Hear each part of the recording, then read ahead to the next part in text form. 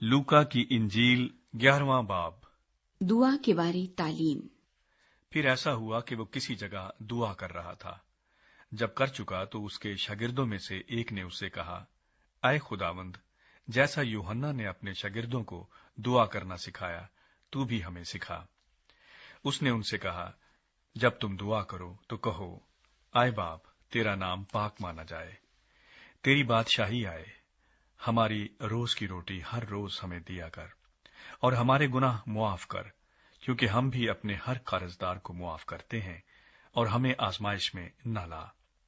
फिर उसने उनसे कहा, तुम में से कौन है जिसका एक दोस्त हो और वो आधी रात को उसके पास जाकर उससे कहे, आए दोस्त, मुझे 3 रोटियां दे, क्योंकि मेरा एक दोस्त सफर करके मेरे पास आया है और मेरे पास कुछ नहीं कि उसके आगे रखूं। और वो अंदर से जवाब में कहे, मुझे तकलीफ ना दे, अब दरवाजा बंद है और मेरे लड़के मेरे पास बिछौने पर हैं, मैं उठकर तुझे दे नहीं सकता। मैं तुमसे कहता हूं कि अगरचे वो इस सबब से कि उसका दोस्त है उठकर उसे ना दे, तो भी उसकी बेहयाई के सबब से उठकर जितनी दरकार है उसे देगा। बस मैं तुमसे कहता हूं, मांगो तो तुम्हें दिया जाएगा, ढूंढो तो पाओगे, दरवाजा खटखटाओ तो तुम्हारे वास्ते खोला जाएगा। क्योंकि जो कोई मांगता है उसे मिलता है, और जो ढूंढता है वो पाता है, और जो खटखटाता है उसके वास्ते खोला जाएगा। तुम में से ऐसा कौन सा बाप है कि जब उसका बेटा रोटी मांगे तो उसे पत्थर दे, या मछली मांगे तो मछली के बदले उसे सांप दे, या अंडा मांगे तो उसको बिच्छू दे? बस जब तुम बुरे होकर अपने बच्चों को अच्छी चीजें देना जानते हो, तो आसमानी बाप अपने मांगने वालों को रूल कुद्स क्यों न देगा। यीशु मसीह और बालजबूल। फिर वो एक गूंगी बदरूह को निकाल रहा था, और जब वो बदरूह निकल गई तो ऐसा हुआ कि गूंगा बोला और लोगों ने ताज्जुब किया। लेकिन उनमें से बाज ने कहा, ये तो बदरूहों के सरदार बालजबूल की मदद से बदरूहों को निकालता है।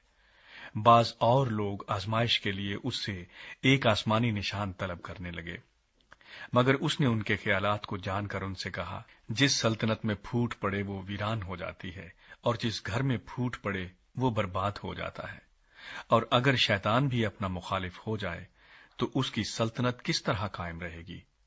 क्योंकि तुम मेरी बाबत कहते हो कि ये बदरूहों को बालजबूल की मदद से निकालता है, और अगर मैं बदरूहों को बालजबूल की मदद से निकालता हूं तो तुम्हारे बेटे किसकी मदद से निकालते हैं? बस वही तुम्हारे मुनसिफ होंगे।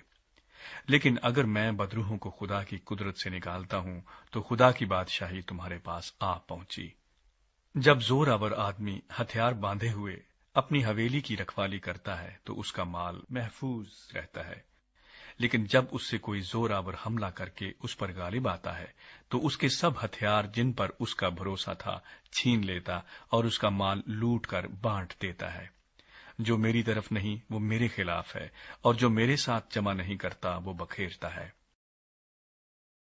नापाक रूह की वापसी। जब नापाक रूह आदमी में से निकलती है तो सूखे मुकामों में आराम ढूंढती फिरती है, और जब नहीं पाती तो कहती है कि मैं अपने उसी घर में लौट जाऊंगी जिससे निकली हूं, और आकर उसे झड़ा हुआ और आरास्ता पाती है। फिर जाकर और 7 रूहें अपने से बुरी हमरा ले आती है, और वो उसमें दाखिल होकर वहां बसती हैं, और उस आदमी का पिछला हाल पहले से भी खराब हो जाता है। हकीकी खुशी। जब वो ये बातें कह रहा था तो ऐसा हुआ कि भीड़ में से एक औरत ने पुकार कर उससे कहा, मुबारक है वो रहम जिसमें तू रहा और वो छातियां जो तूने चूसी। उसने कहा, हां, मगर ज्यादा मुबारक वो हैं जो खुदा का कलाम सुनते और उस पर अमल करते हैं। मौजज़े का मुतालबा। जब बड़ी भीड़ जमा होती जाती थी तो वो कहने लगा कि इस जमाने के लोग बुरे हैं, वो निशान तलब करते हैं, मगर यूना के निशान के सिवा कोई और निशान उनको न दिया जाएगा, क्योंकि जिस तरह यूना नैनवा के लोगों के लिए निशान ठहरा, उसी तरह इब्ने आदम भी इस जमाने के लोगों के लिए ठहरेगा। दक्खन की मलका इस जमाने के आदमियों के साथ अदालत के दिन उठकर इनको मुजरम ठहराएगी, क्योंकि वो दुनिया के किनारे से सुलेमान की हिकमत सुनने को आई, और देखो यहां वो है जो सुलेमान से भी बड़ा है। नैनवा के लोग इस जमाने के लोगों के साथ अदालत के दिन खड़े होकर इनको मुजरिम ठहराएंगे, क्योंकि उन्होंने यूना की मुनादी पर तौबा कर ली, और देखो यहाँ वो है जो यूना से भी बड़ा है। बदन का चराग। कोई शख्स चराग जलाकर तहखाने में या पैमाने के नीचे नहीं रखता, बल्कि चरागदान पर रखता है, ताकि अंदर आने वालों को रोशनी दिखाई दे। तेरे बदन का चराग तेरी आंख है। जब तेरी आंख दुरुस्त है तो तेरा सारा बदन भी रोशन है, और जब खराब है तो तेरा बदन भी तारीक है। बस देख, जो रोशनी तुझ में है तारीकी तो नहीं। बस अगर तेरा सारा बदन रोशन हो और कोई हिस्सा तारीक ना रहे, तो वो तमाम ऐसा रोशन होगा जैसा उस वक्त होता है जब चराग अपनी चमक से तुझे रोशन करता है। फकीहों और फरीसियों की तालीम से खबरदार रहो।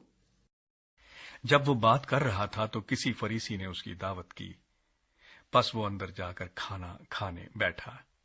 फरीसी ने ये देखकर ताज्जुब किया कि उसने खाने से पहले गुस्ल नहीं किया।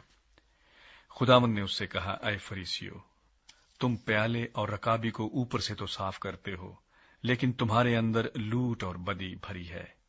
ऐ नादानो, जिसने बाहर को बनाया, क्या उसने अंदर को नहीं बनाया? हां, अंदर की चीजें खैरात कर दो, तो देखो सब कुछ तुम्हारे लिए पाक होगा। लेकिन ऐ फरीसियो, तुम पर अफसोस कि पुदीने और सुदाब और हर एक तरकारी पर दहयकी देते हो, और इंसाफ और खुदा की मोहब्बत से गाफिल रहते हो। लाजिम था कि ये भी करते और वो भी न छोड़ते।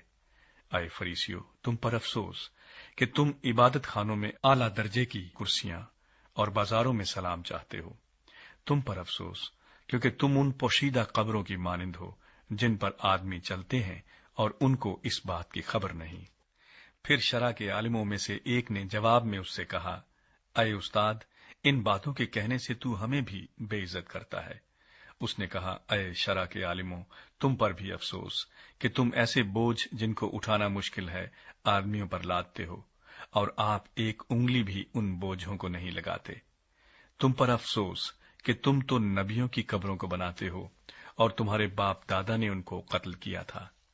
बस तुम गवाह हो और अपने बाप दादा के कामों को पसंद करते हो, क्योंकि उन्होंने तो उनको कत्ल किया था और तुम उनकी कब्रें बनाते हो।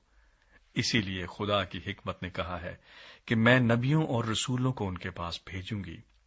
वो उनमें से बास को कत्ल करेंगे और बास को सताएंगे, ताकि सब नबियों के खून की जो बनाए आलम से बहाया गया इस जमाना के लोगों से बास पुरस की जाए।